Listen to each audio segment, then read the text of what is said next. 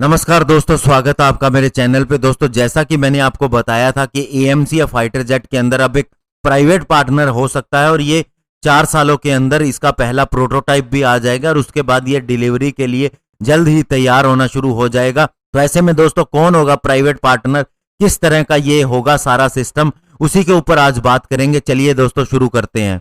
दोस्तों, आज तक जितने भी बड़े मिलिट्री के प्रोग्राम हुए हैं उसके अंदर कभी भी प्राइवेट कंपनी को बराबर की अपॉर्चुनिटी नहीं मिली है, लेकिन ऐसा पहली बार हो रहा है कि वो सेक्टर जिसके अंदर डीआरडीओ और एचएएल ही आगे रहते हैं और सारी चीजें डेवलप करते हैं, उस प्रोग्राम के अंदर एक किसी प्राइवेट कंपनी को भी हिस्सा लेने के लिए और बराबर शेयर रखने के लिए इनवाइट किया जा रहा है। और दोस्तों, अब सारी निगाहें उस कंपनी के ऊपर लगी हैं कि कौन सी प्राइवेट कंपनी होगी जो एएमसीए, जो कि 5th जनरेशन फाइटर जेट होगा इंडिया का, उसके अंदर एक जॉइंट वेंचर के तहत पार्टनर होगी। और दोस्तों, ये घोषणा जो की थी सबसे पहले, ये लाइव फिस्ट ने एचएएल के चेयरमैन का एक इंटरव्यू किया था और उसके अंदर ये न्यूज सामने आई थी।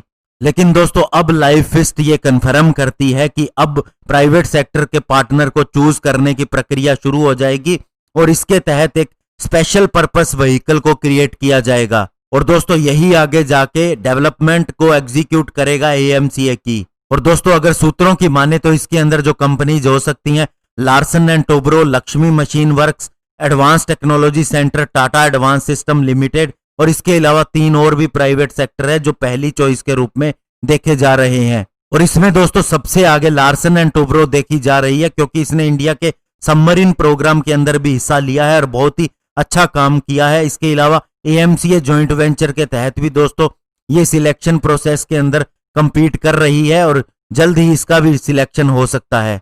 और दोस्तों, वर्क शेयर, फाइनेंशियल और अदर टर्म्स जो है वो इस साल के अंत तक पूरी कर ली जाएंगी। और दोस्तों, इस जॉइंट वेंचर वाली प्राइवेट कंपनी के अलावा जो अदर प्राइवेट कंपनी अभी शामिल हैं इसके अंदर प्रेजेंटली इस प्रोजेक्ट को आगे ले जाने के लिए, जैसे कि वीएम टेक्नोलॉजी, डायनामाइट्स और इसके अलावा और भी कंपनीज हैं इसके प्रोटोटाइप स्टेज तक जाने के लिए, तो वे दोस्तों अलग से इसके अंदर शामिल रहेंगी। और दोस्तों, एएमसीए के लिए जो जॉइंट वेंचर कंपनी होगी वो कोयम्बटूर बेस्ड होगी और इंडियन एयरफोर्स ने ऑलरेडी सुलूर बेस के नजदीक 20 एकड़ का एरिया देख रखा है जहां पर जॉइंट वेंचर शुरू होगा और फाइनल असेंबली इसकी लगेगी।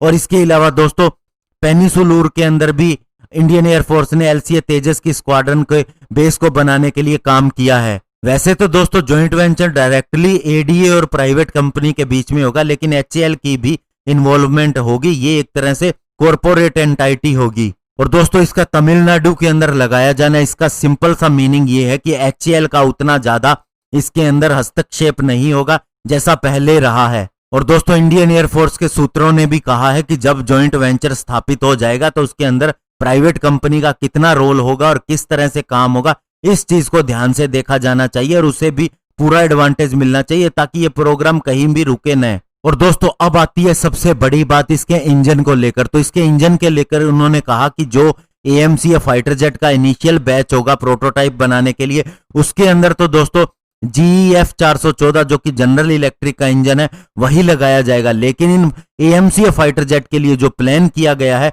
वो दोस्तों खुद का बनाया हुआ 110 किलो न्यूटन का टर्बोफैन इंजन होगा, जिसे एचएएल डीआरडीओ की GTR ही बना रही है और साथ ही फ्रांस की सेफ्रन भी सहयोग दे रही है।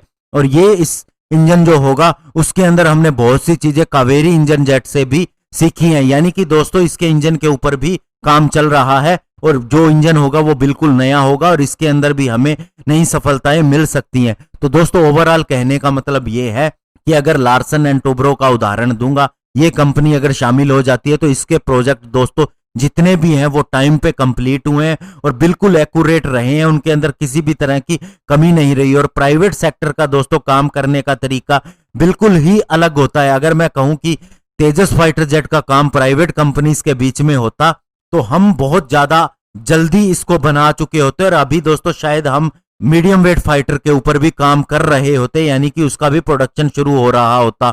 और दोस्तों आपको बता दे, बाबा कल्याणी जो कि एक बड़े डिफेंस मैन्युफैक्चरर हैं, उन्होंने कहा था अभी कुछ दिन पहले ही कि अगर कावेरी इंजन जेट कंपनी से नहीं बन रहा एचएएल से, तो हम इसके अंदर प्राइवेट कंपनीज को शामिल करके इसको 5 या 6 सालों के अंदर कंप्लीटली डेवलप कर सकते हैं। तो दोस्तों ये उनका कॉन्फिडेंस भी, और पिछले 5 सालों में जब से मेक इन इंडिया आया है तब से इसके ऊपर और ज्यादा काम भी हुआ है।